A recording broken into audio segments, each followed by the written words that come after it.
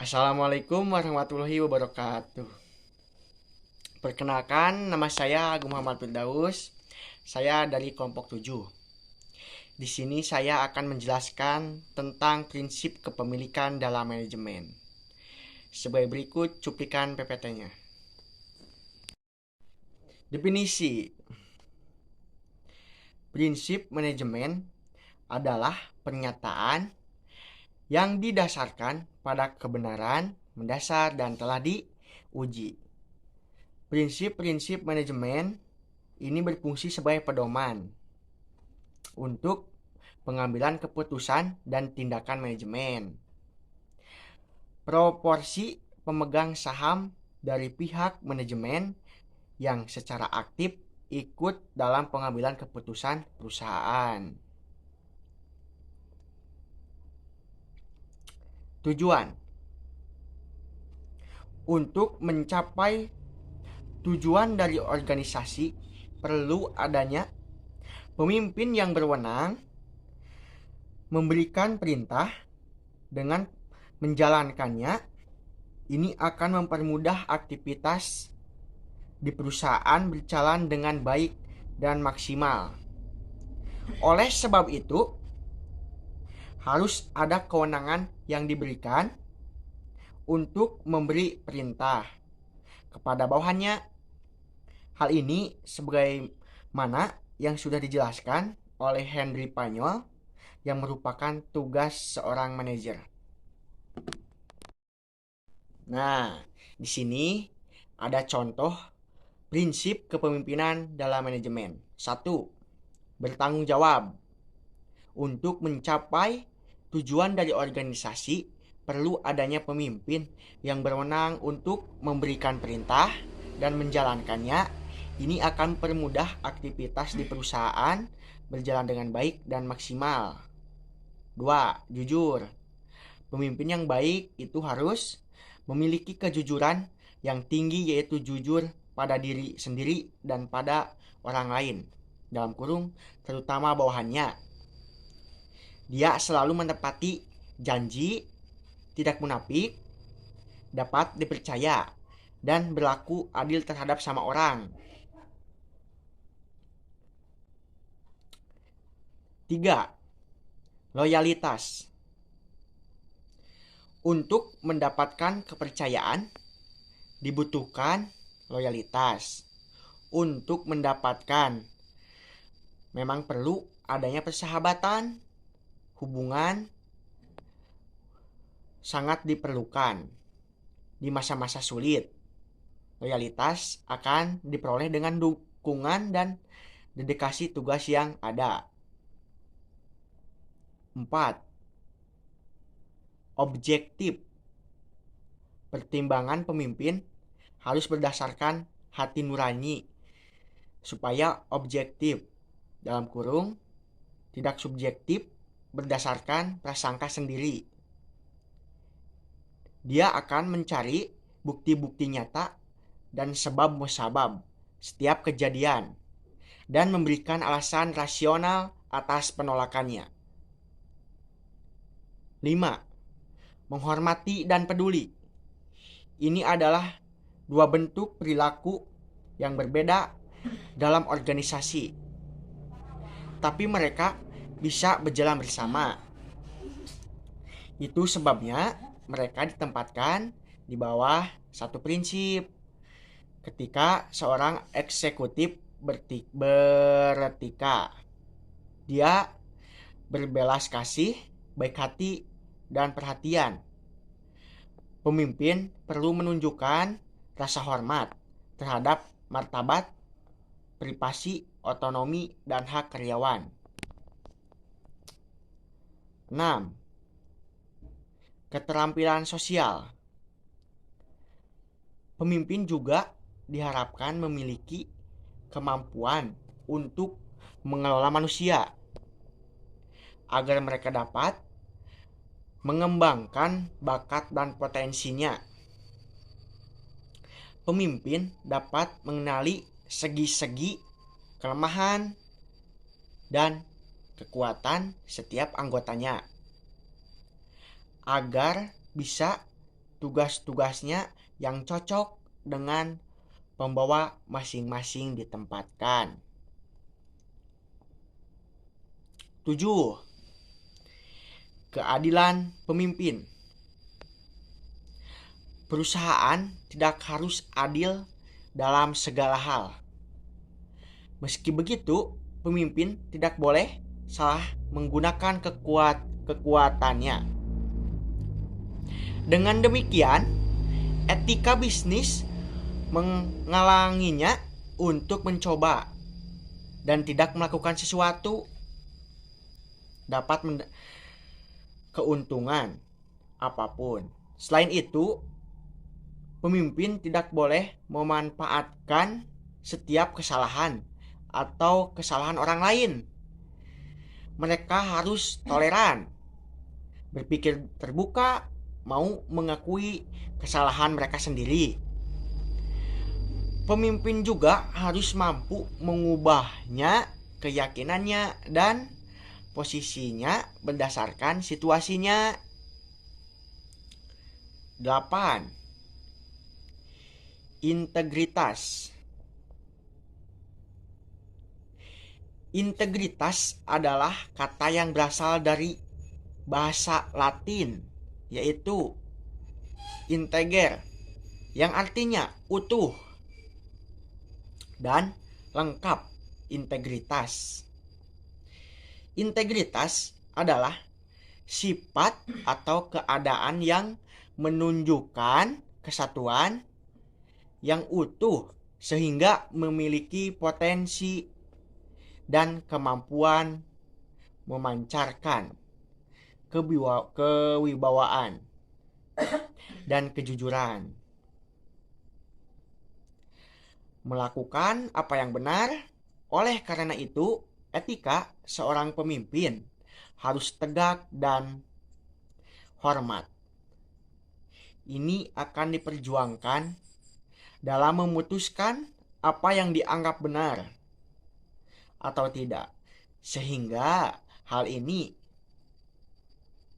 yang akan melahirkan integritas dalam bekerja dan beroperasi. Kesimpulan, pemerintah telah menetapkan beberapa peraturan pegawainya yang harus dilaksanakan oleh semua unsur operator pemerintah yang berperan sebagai abdi negara dan abdi masyarakat.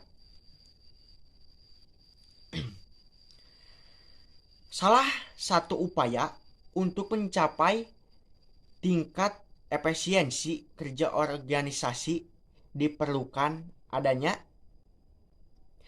peningkatan kinerja pegawai, yaitu yang bertujuannya adalah dalam konteks meningkatkan kualitas dalam pekerjaan, efektivitas, dan efisiensi kinerja pegawai, termasuk kemampuannya itu, yang berisi disiplin, pengabdian, keteladanan, dan kesejahteraan.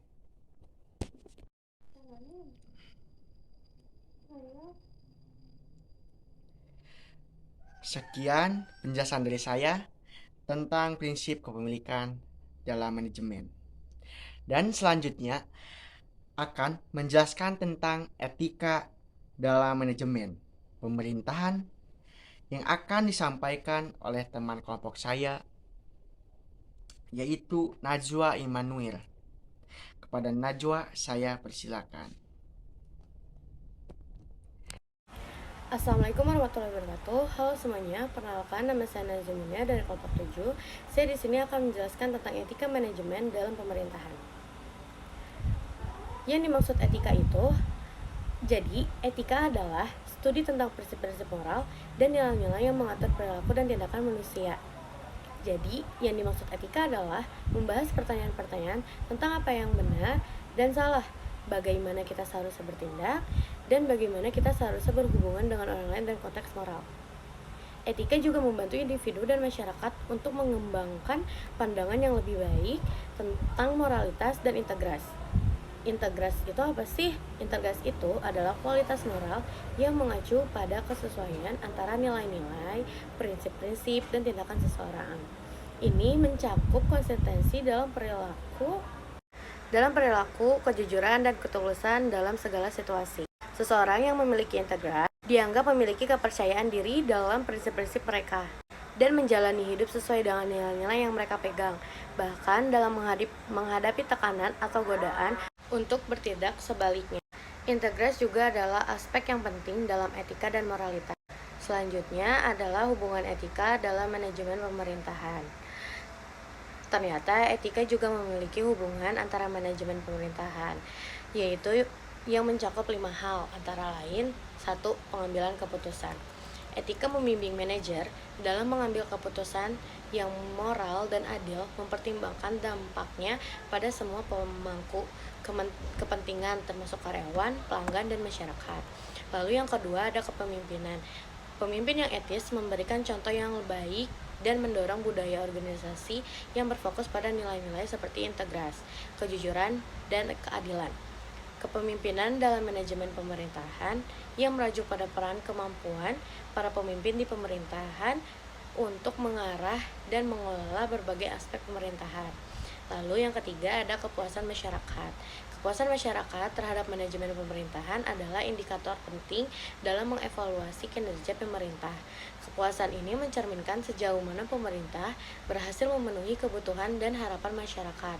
Namun, pentingnya untuk diingat bahwa tingkat kepuasan masyarakat bisa sangat bervariasi, tergantung pada faktor-faktor seperti transparansi, akuntabilitas, pemberian layanan publik yang efektif, dan penanganan krisis.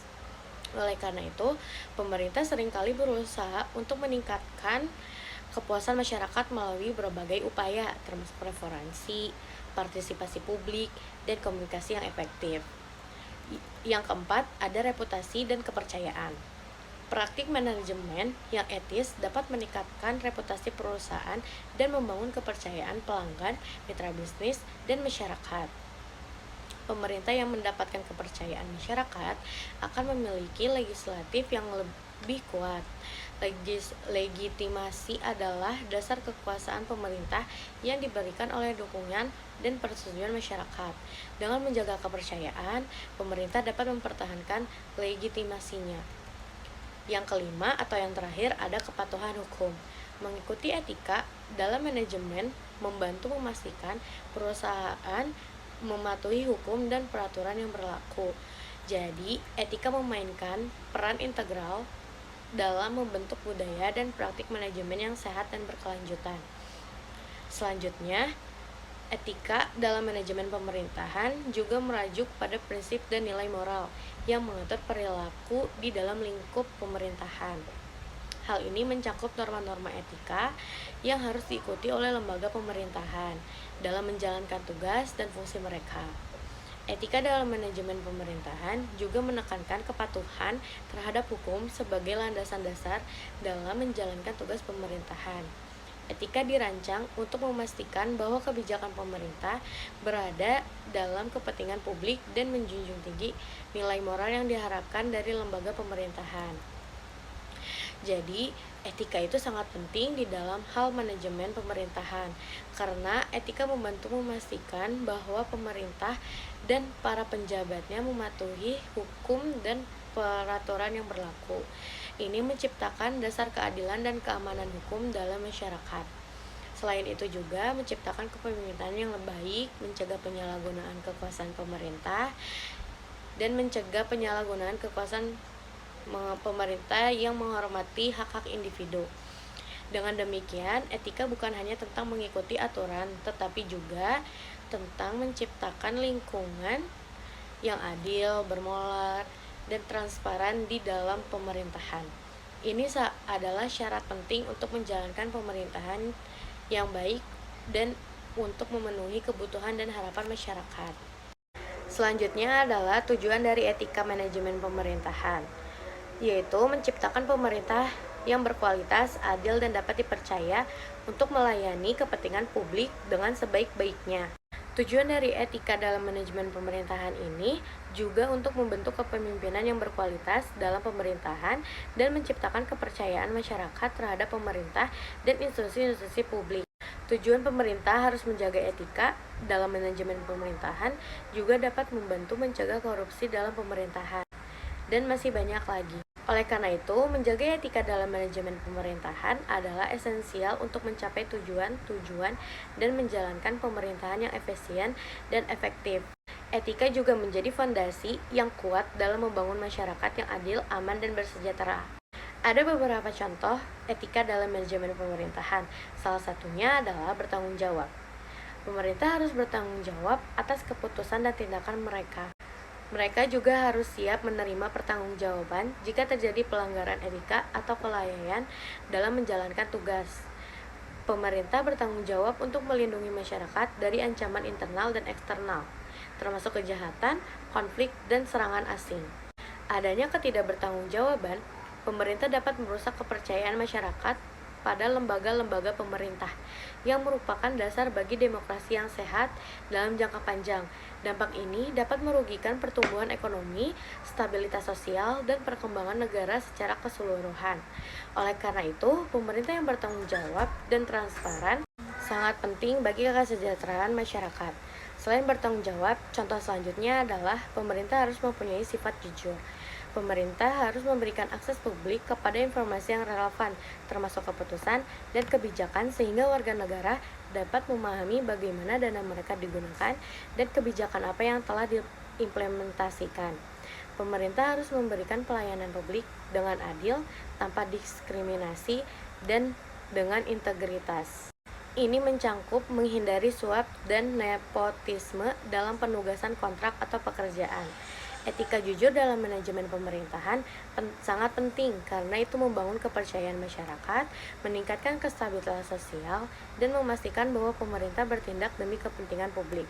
Ketika pemerintah tidak mematuhi prinsip-prinsip kejujuran, itu dapat merusak integritas sistem pemerintahan dan merugikan masyarakat yang mereka layani. Masyarakat mana sih yang ingin dirugikan oleh pemerintah? Tentu tidak ada ya guys, semua masyarakat menginginkan haknya tersendiri. Jadi kita harus pintar-pintar untuk memilih pemerintah. Selain sifat jujur, contoh etika dalam manajemen selanjutnya ialah melindungi. Pemerintah juga harus menjunjung tinggi hak asasi manusia, melindungi hak-hak individu, dan menghindari pelanggaran hak asasi manusia dalam segala tindakan dan kebijakan. Pemerintah harus melindungi masyarakat karena memiliki tanggung jawab moral dan hukum untuk memastikan kesejahteraan dan keamanan warganya. Melindungi masyarakat adalah esensi tugas pemerintah yang didasari oleh prinsip-prinsip keadilan, keamanan, dan kesejahteraan. Ketika pemerintah berhasil menjalankan peran ini, masyarakat dapat hidup dalam lingkungan yang aman dan sejahtera. Selain melindungi, pemerintah juga harus mendukung atau mendorong partisipasi aktif warga negara dalam proses pengambilan keputusan, mendengarkan masukan masyarakat, dan memperhitungkan pandangan mereka dalam kebijakan dan program kinerja. Jadi yang dimaksud adalah pemerintah harus mendengarkan dan merespon aspirasi, kebutuhan, dan masyarakat yang dihadapi oleh masyarakat. Ini adalah prinsip dasar dalam demokrasi yang bertujuan untuk memperkuat keterlibatan warga negara dalam pengambilan keputusan politik. Pemerintah harus mendukung partisipasi aktif warga agar menciptakan lingkungan di mana warga negara didorong dan memiliki kemampuan untuk terlibat secara aktif dalam kehidupan politik, sosial, dan ekonomi negara mereka, termasuk dalam proses pengambilan keputusan dan pembentukan kebijakan. Hal ini bertujuan untuk memperkuat demokrasi dan memastikan keterlibatan warga negara dalam pembentukan masa depan mereka. Jadi kesimpulannya adalah bahwa pemerintah harus menjalankan tugasnya dengan jujur, adil, bertanggung jawab, dan melindungi masyarakat. Etika pemerintahan melibatkan pemenuhan kebutuhan masyarakat dan pengambilan keputusan yang dilandaskan pada nilai moral.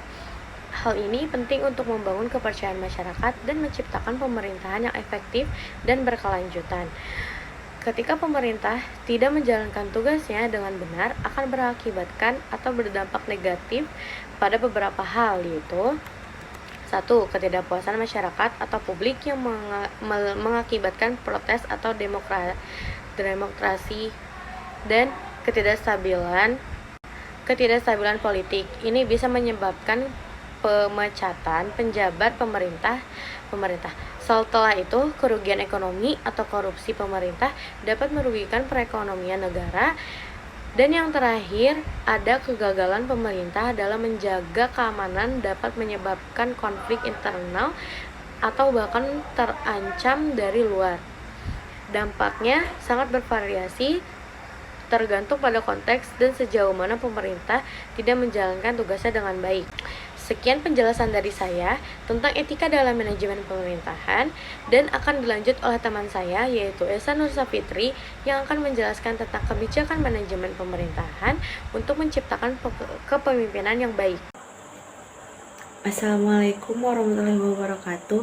Perkenalkan, nama saya Esa Nursafitri dengan nomor NPM 3506230042. Di sini saya akan menjelaskan tentang kebijakan manajemen pemerintahan untuk menciptakan kepemimpinan yang baik. Definisi kebijakan manajemen pemerintahan. Kebijakan dalam pemerintahan adalah rangkaian konsep dan asas yang menjadi pedoman dan dasar rencana dalam pelaksanaan suatu pekerjaan, kepemimpinan, dan cara bertindak. Kebijakan berbeda dengan peraturan dan hukum, karena kebijakan hanya menjadi pedoman tindakan yang paling mungkin memperoleh hasil yang diinginkan.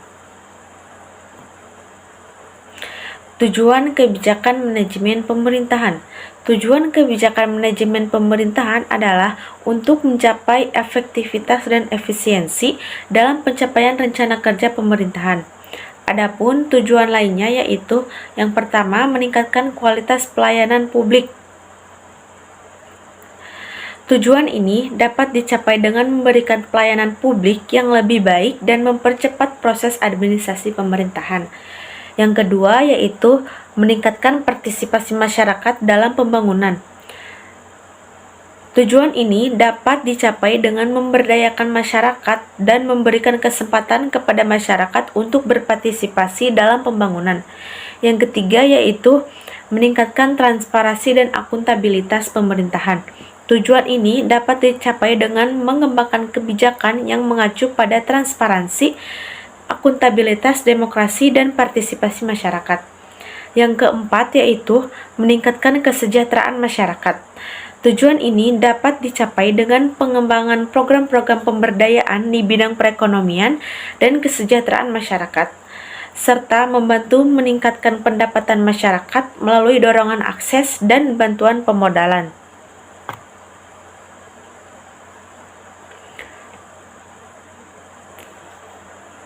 Yang selanjutnya yaitu ada aspek-aspek kebijakan manajemen pemerintahan.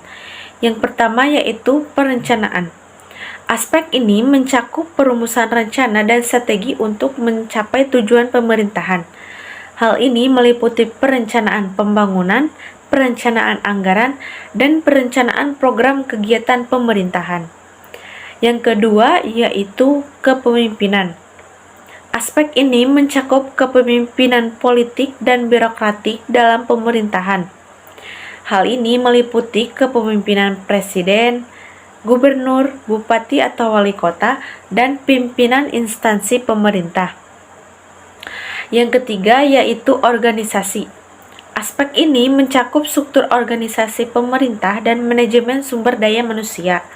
Hal ini meliputi desain organisasi, pengembangan sumber daya manusia, manajemen kinerja, dan manajemen karir.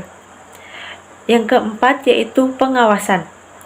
Aspek ini mencakup pengawasan dan evaluasi terhadap kinerja pemerintah. Hal ini meliputi pengawasan internal dan eksternal, evaluasi program dan kegiatan, dan audit keuangan. Yang terakhir yaitu ada pengendalian. Aspek ini mencakup pengendalian terhadap pelaksanaan program dan kegiatan pemerintah. Hal ini meliputi pengendalian internal dan eksternal, manajemen risiko, dan manajemen proyek. Adapun kebijakan manajemen pemerintahan yang pertama yaitu ada peningkatan kualitas kepemimpinan. Pemerintah dapat memberikan pelatihan dan pengembangan kepemimpinan kepada para pemimpin di berbagai tingkatan, baik melalui program internal maupun eksternal.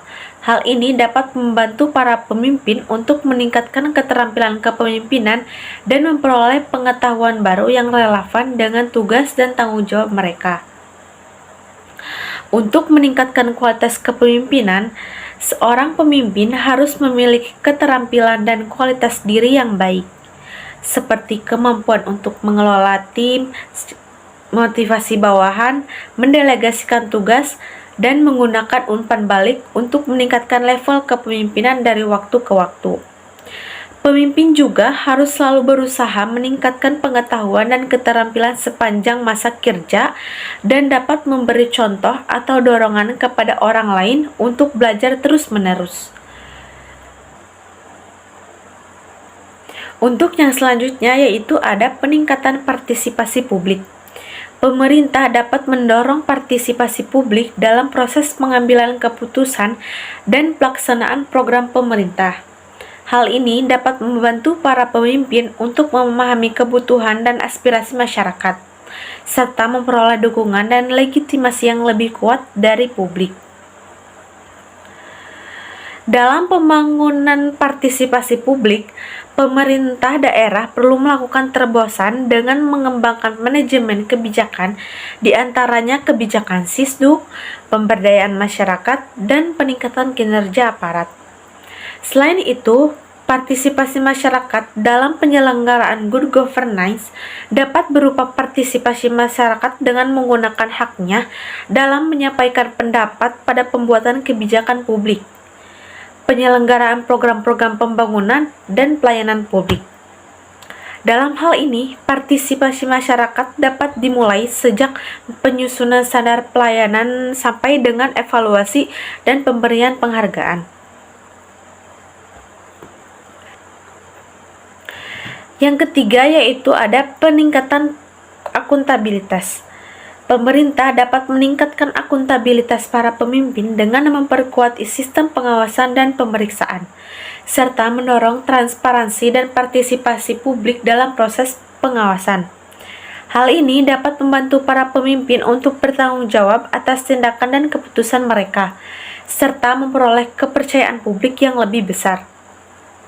Dalam meningkatkan akuntabilitas, pemerintah perlu menerapkan sistem akuntabilitas kinerja yang dapat memonitor dan mengevaluasi kinerja birokrasi secara berkala.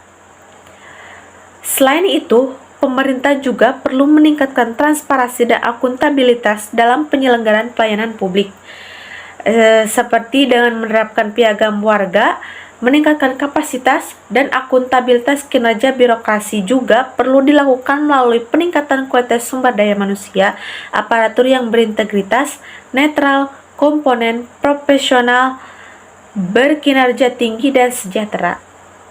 Pengawasan penyelenggaraan pemerintahan yang bebas dari korupsi, kolusi, dan nepotisme juga perlu ditingkatkan. Yang terakhir yaitu ada peningkatan keterbukaan informasi. Pemerintah dapat meningkatkan keterbukaan informasi publik dengan memperkuat regulasi dan infrastruktur informasi publik, serta mendorong partisipasi publik dalam proses pengambilan keputusan. Hal ini dapat membantu para pemimpin untuk memperoleh informasi yang lebih lengkap dan akurat, serta memperoleh dukungan dan legitimasi yang lebih kuat dari publik. Dalam peningkatan keterbukaan informasi, pemerintah perlu menerapkan sistem pengelolaan informasi dan dokumentasi yang baik.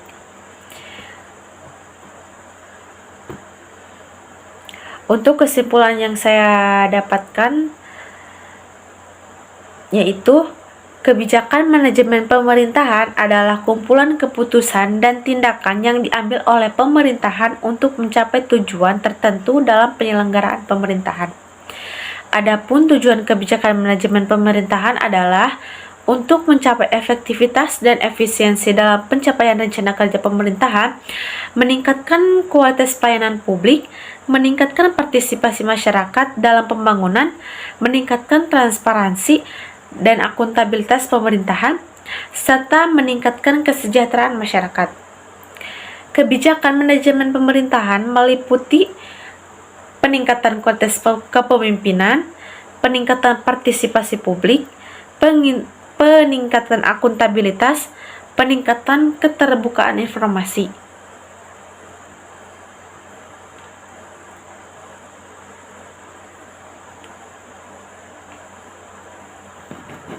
Sekian dari saya, mohon maaf bila ada kesalahan. Wassalamualaikum warahmatullahi wabarakatuh.